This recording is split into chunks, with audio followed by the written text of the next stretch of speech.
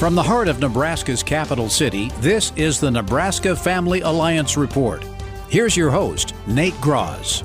And welcome to the program where we are covering the biggest issues impacting family, freedom, and life from a biblical worldview. And today we have a great show. We're going to be both recapping one of our favorite weeks of the year when we join with our family policy councils from across the country, and also looking forward to issues that are impacting Nebraska and our country at a really pivotal point in our nation's history. And I'm thankful to be joined today by the Communications Director for Nebraska Family Alliance, Marilyn Newland. Marilyn, thank you so much for being with us.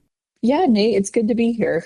Well, we've had a fantastic week out at SoConCon, an annual conference that Nebraska Family Alliance attends.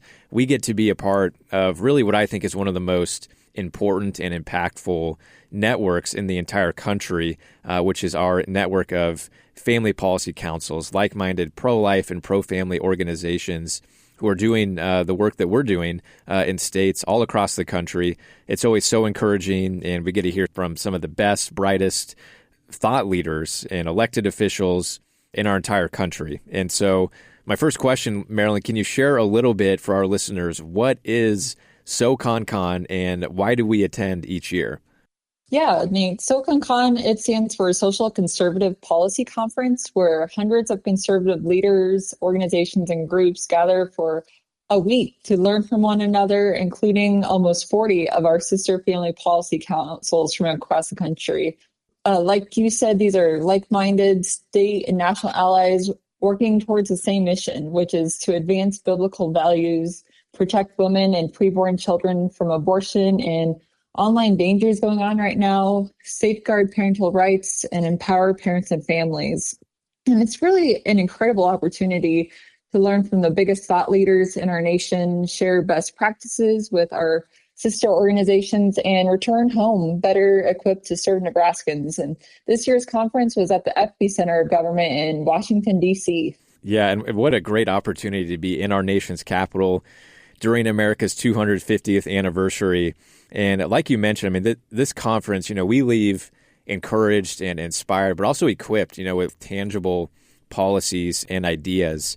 And really, I think some of the biggest issues and some of the biggest policy wins over the last few years across the country, when you look at states, including Nebraska, taking action to protect children from transgender surgeries, to protect girls' sports, to provide age verification for online pornography and keep kids safe online.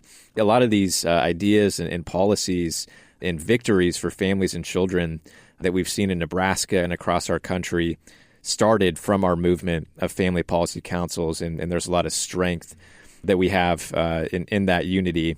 And so were there any keynote speakers this year, Marilyn, or breakout sessions that we attended that stood out to you? Yeah, one of my favorite parts of the conference was hearing directly from our fellow state family policy organizations. Every state is facing their own unique challenges, but it's encouraging to hear how God is at work opening doors for meaningful policy victories that's going to impact families and children in their state. And AI and big tech were major topics this year. It's the Wild West, and our laws need to catch up to protect children who are accessing these tools. This year, we were fortunate to pass a bill that combats sex trafficking of children on the internet, and another bill that ensures parents can protect their children online by requiring age verification before minors can open those social media accounts. But that's really just the beginning. The Transparency and AI Risk Management Act and Saving Human Connection Act never even made it to the floor of the legislature for debate this year. And the longer this issue is unregulated, the more artificial intelligence is going to involve and put our children in harm's way. Yeah, this is such a huge issue, and one that is, directly impacting parents and their ability to protect and raise their kids. We hear from so many parents and families, it's challenging. And AI in particular just uniquely has the ability to influence kids. So much so that, we're seeing studies that the vast majority of kids today are interacting regularly with an AI chatbot And oftentimes they might not even realize that the person that they're talking to is not, in fact, a real person, but an AI chatbot, and the different topics that can be very age inappropriate, even harmful or encouraging self-harm. Some really tragic stories in this sphere, and it's one that we need to get a handle on as a country and as a state. And we're going to be taking a lot of these ideas and conversations that we had from this week back and trying to put them into place here to better protect kids and families online. And in this present digital age, there's a lot of different challenges and threats. But whenever we attend a conference like this, and particularly this one, we're really reminded that we are a part of something much bigger. And so, Marilyn, what was most encouraging to you personally throughout that week? Yeah, Nate, you touched on this at the start of the program, but being at SoConCon this year especially was meaningful because it was held in the heart of Washington, D.C., right after one of the largest 4th of July celebrations ever in honor of America's 250th birthday. It put into perspective and got me thinking about what kind of nation are we going to leave behind for future generations to enjoy for the next 250 years as a country. And the challenges we're facing today are significant. The forces working against our values are well-funded, loud, and highly organized. And that's where our nationwide conservative alliance comes in. We're part of a national movement, and God has called every member of our team and elected representatives in our state to faithfully serve in Nebraska. And what really encouraged me during the conference, I kept picturing the story in Nehemiah, where each family worked together to build their own section of the wall. And then they stood as watchmen along their portion of the wall. And that right there, that's our calling. It's our legacy to hold the line and strengthen the liberties passed down and entrusted to us by our forefathers. Yeah, that's so good. I mean, we've been called to this moment to get to be salt and light in our culture, to get a stand for truth.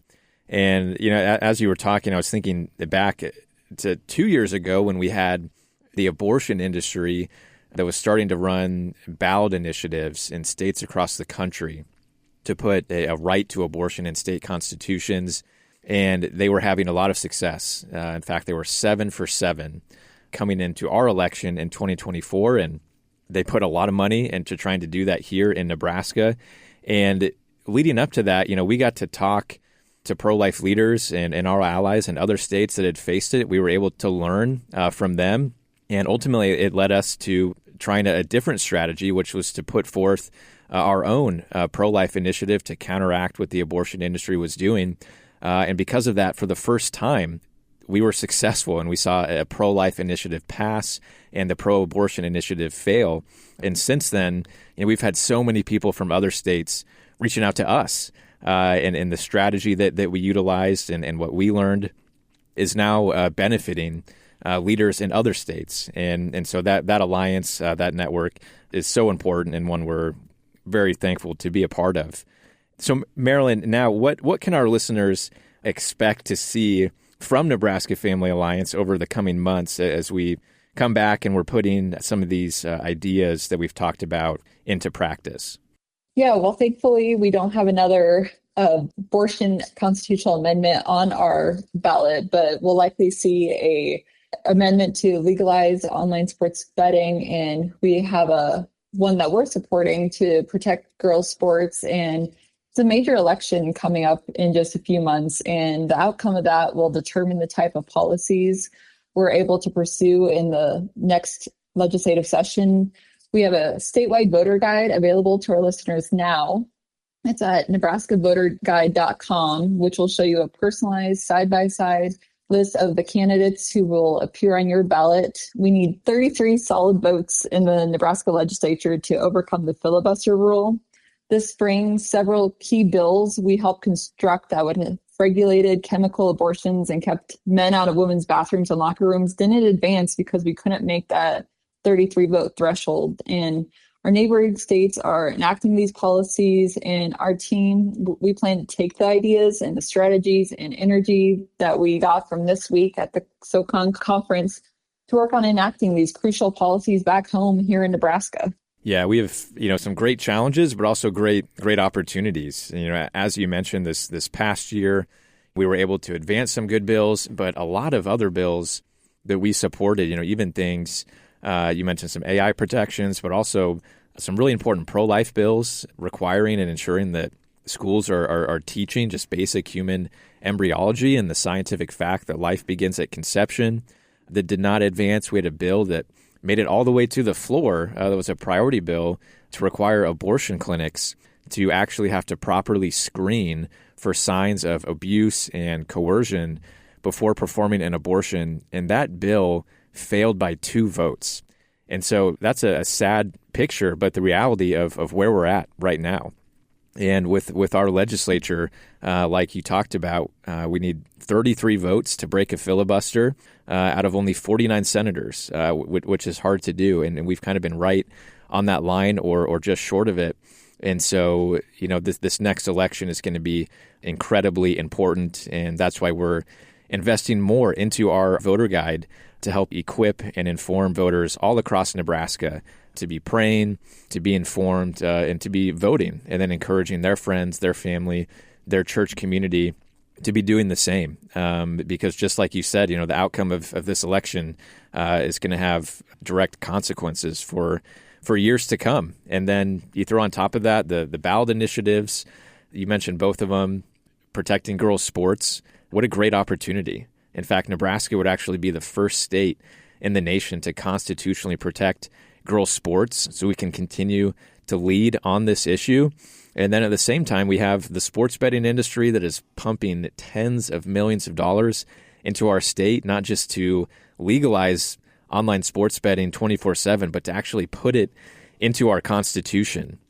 I mean, these are heavy issues that impact real families, real kids, real lives, and we're going to continue to stand and do everything that we can to ensure that Nebraska is the best place to live, to work, and to raise a family. But it takes all of us. We all have a role to play, including people across Nebraska. Not everyone can be paying attention to what's happening at the Capitol on a given day, but everyone can be praying, can be getting the information that we send out, because being engaged really starts with being informed. So lastly, Marilyn, how can people get more connected with Nebraska Family Alliance and be sure that they're getting some really important information and updates that we'll be sending out in the coming weeks and months? Yeah, Nate, our listeners can visit our website at nebraskafamilyalliance.org to follow the issues that we're tracking. We have an online bill tracker during the legislative session, but they can also text JOIN, JOIN, to 402-542-5228 to subscribe to our online and email action alerts, to subscribe to our text and email action alerts, and be notified for our most urgent prayer requests when critical votes are being taken at the state capitol, when team members are testifying before committee hearings, and when we need people to take action and contact their elected representatives. A lot of great opportunities. So, Marilyn, thank you so much for being with us and encouraging our listeners. And we do encourage everyone to visit our website, nebraskafamilyalliance.org. And together, we believe we can help make our state and nation a place where God is honored, where families thrive, where life is cherished, and where freedom flourishes.